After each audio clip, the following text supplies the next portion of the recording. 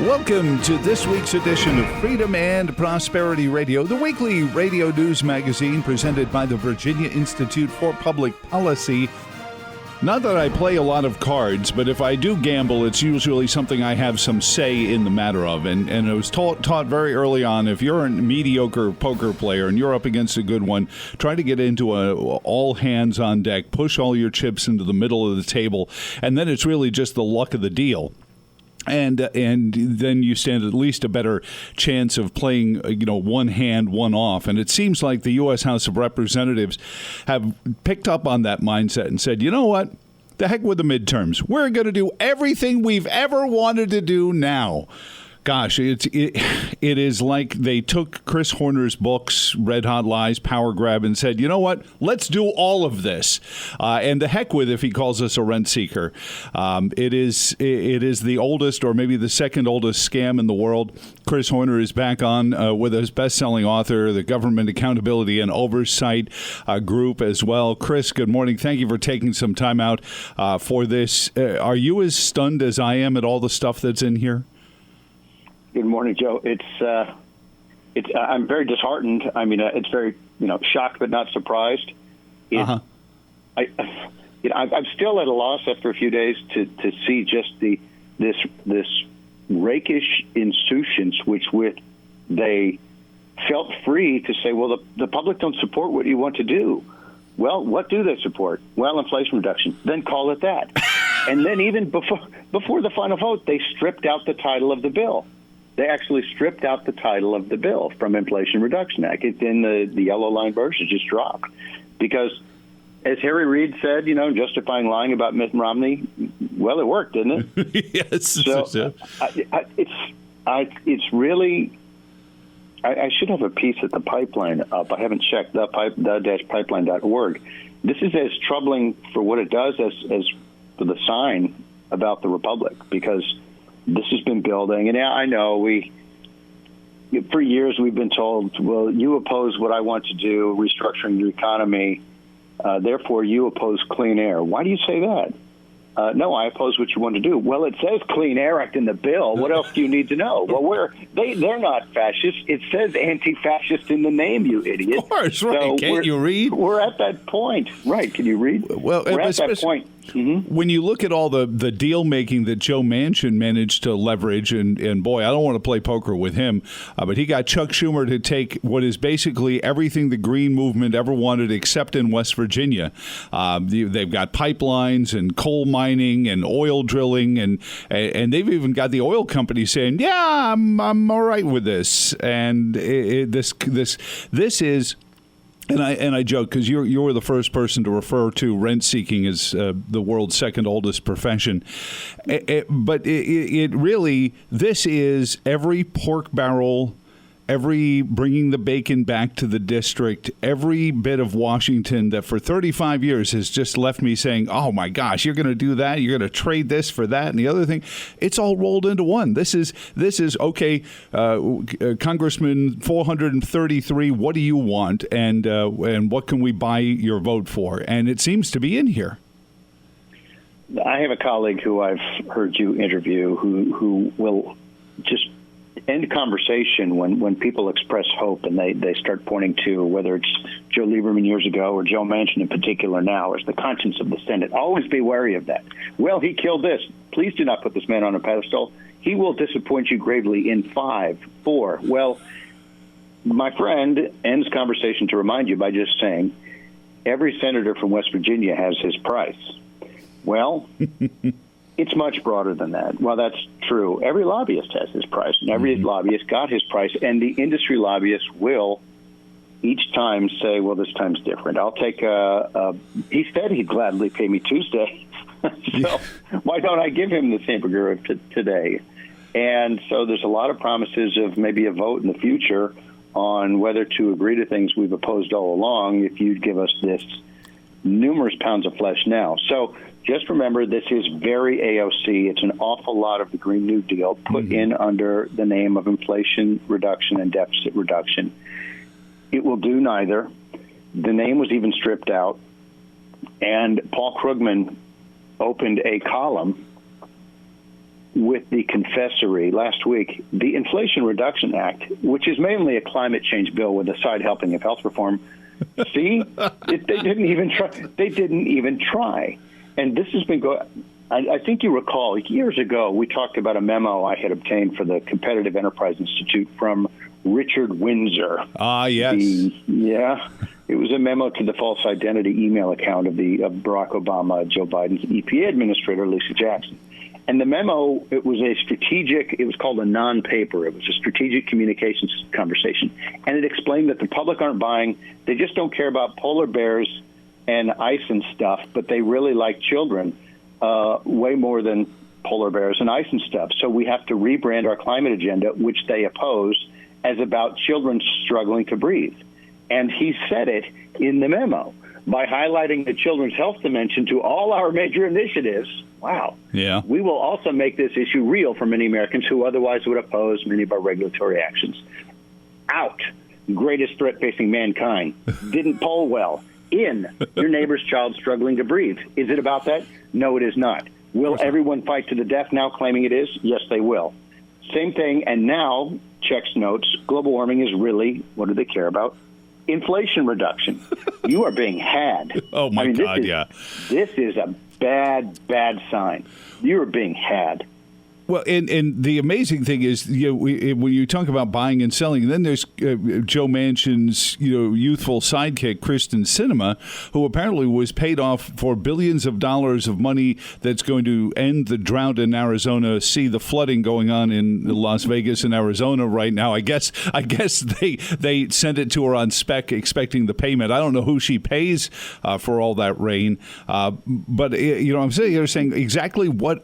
This is going to stop the drought. What is it going to run water in? Are we going to finally build the mythical desalination plants? What planet are these folks living on except the planet of pork? Where this, if it does anything, it's a six-figure bureaucrat full employment bill. This was rebranding something they could not possibly get through by calling it whatever the public cares about at the moment. They might as well have just called it the Ukraine aid bill. It would have the same impact on Ukraine aid as it's going to have on temperature, as it's going to have on inflation reduction. None. You're more than being had. You're being lied to. Mm-hmm. And now this is truly, really brazenly right out in the open. They're not even bothering to pretend, even to the point of final passage. They strip out the bill name before final passage because it worked. We got the coverage of the Inflation Reduction Act. Well, they still are. Still being covered as the move to reduce inflation. Right. Even today, I don't want to after emphasize it too much, but you're being lied to. You're being lied to, and you will be targeted by armed police officers of the Internal Revenue Service, who I guess is the gendarmerie that's going to collect the money that's supposed to be generated by this bill. And this would be, I think, let me see, carry the one. First time a spending bill has generated income, correct, Chris? The revenue projections are generally Potemkin and likely this way too, but of course, 87,000 new agents. Only, I forget, 3% goes to getting them to answer your phone call, but that's the nominal reason for this. We should just call it the IRS Enforcement Act because that's the one thing it will have an impact on. You saw the perfectly timed public job announcement, must be ready to use lethal force. Yeah, that's it. And all the massive, at least they can get ammo. Boy, I'm still having trouble getting ammo. IRS isn't having a problem. Maybe I should go to Congress. And that's where the money's going to come from. It will raise money. It's to raise money for their various orgies that they all got greased up for on this. And that's it. So that's what it's going to do. 87,000 agents are not needed to audit 1,000 or 2 billionaires. No. This is about us. And as we've seen, we saw it with Lois Lerner. We've seen it for a very long time. It's just increasingly so. Government, of course, power will be politicized. It's inherent. It's getting worse with no consequences ever. Mm-hmm. Expect it to get much worse. With a lot more money, expect it to get vastly worse. Well, but again, in the name of saving the planet, when it will have the same impact on it'll have less impact on climate than it will on inflation reduction, which is likely zero. Yeah, and it's now printing. I believe the U.S. dollar comes with a little stamp that says "backed by the full faith and credit of Parker Brothers, makers of Monopoly," because they're just printing money for this. It's not coming from anywhere. This is in local governance, in local economic development. It's the con that they call the tax increment financing. You pay now, and what may get generated later based on this graph will pay it all back to you, and it never actually does.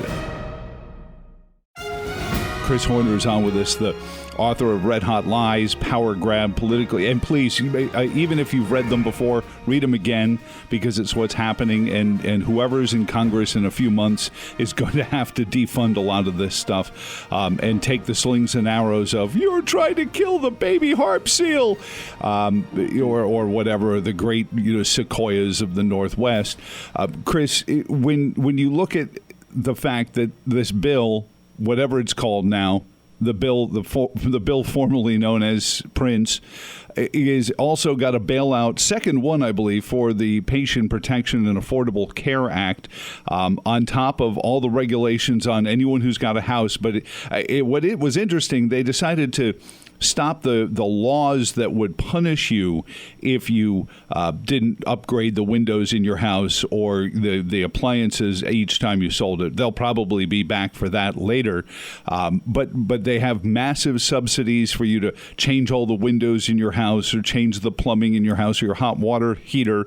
I presume they have a dump site for that, along with the dirty, nasty, silver-filled solar cells that we're going to have to find a home for at some point as well. But we talked last time about ESG, and you talked about the IRS agents and be armed and ready to use deadly force.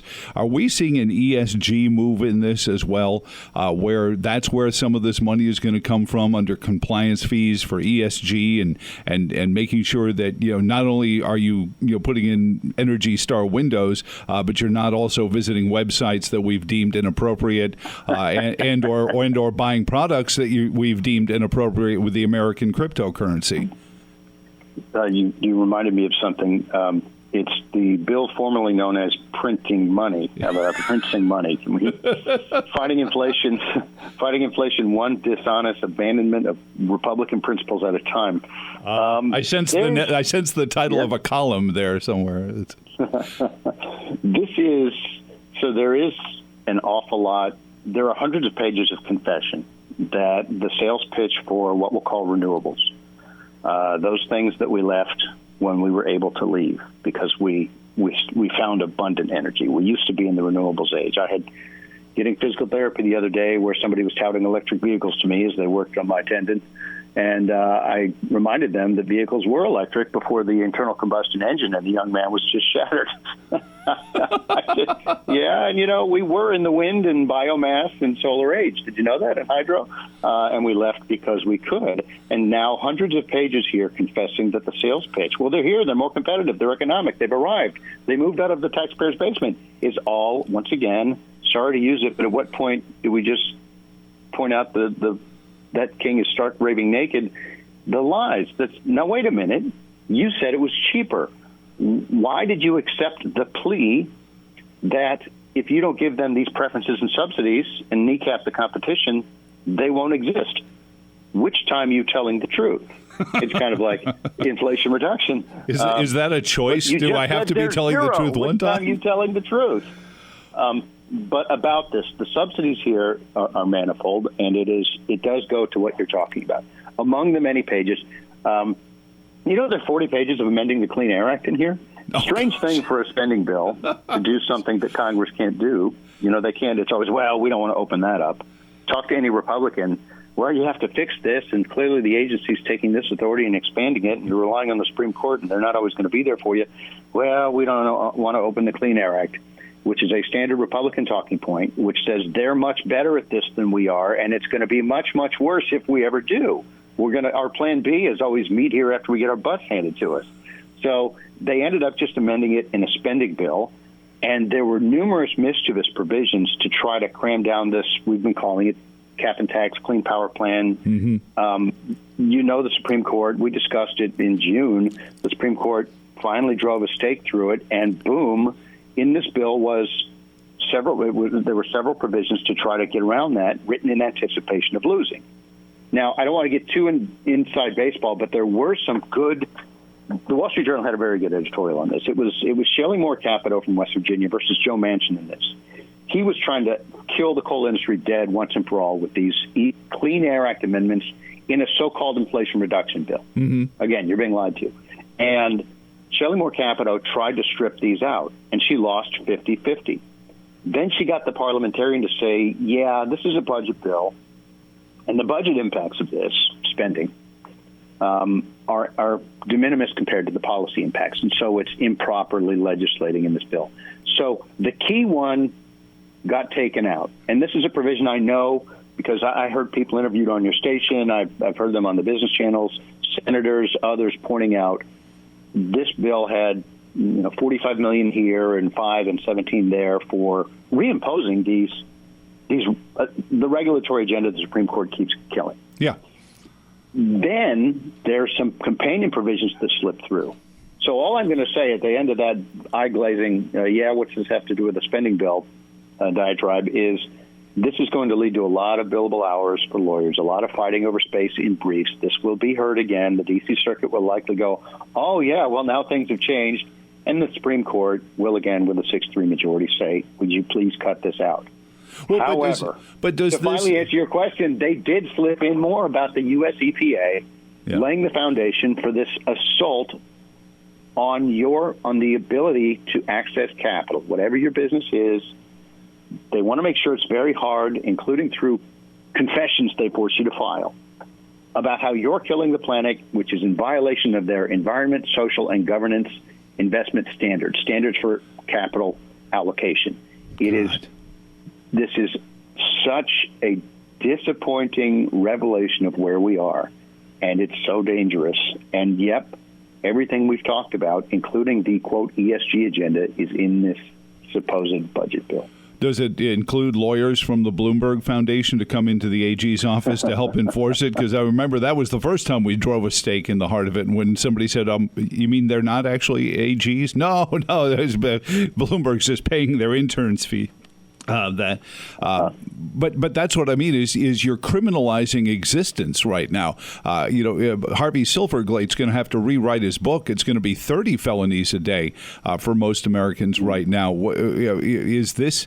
I'm frightened about this. I've talked to Republicans, and they're a little gobsmacked as to what's going to come because there are pork projects in their districts that they're going to get crucified for if they do this. Do you have any feeling that the next Congress will be the same kind of I'm going to push all my chips into the table and come what may to undo some of this stuff? Because as you said, they stripped the Inflation Reduction Act title out.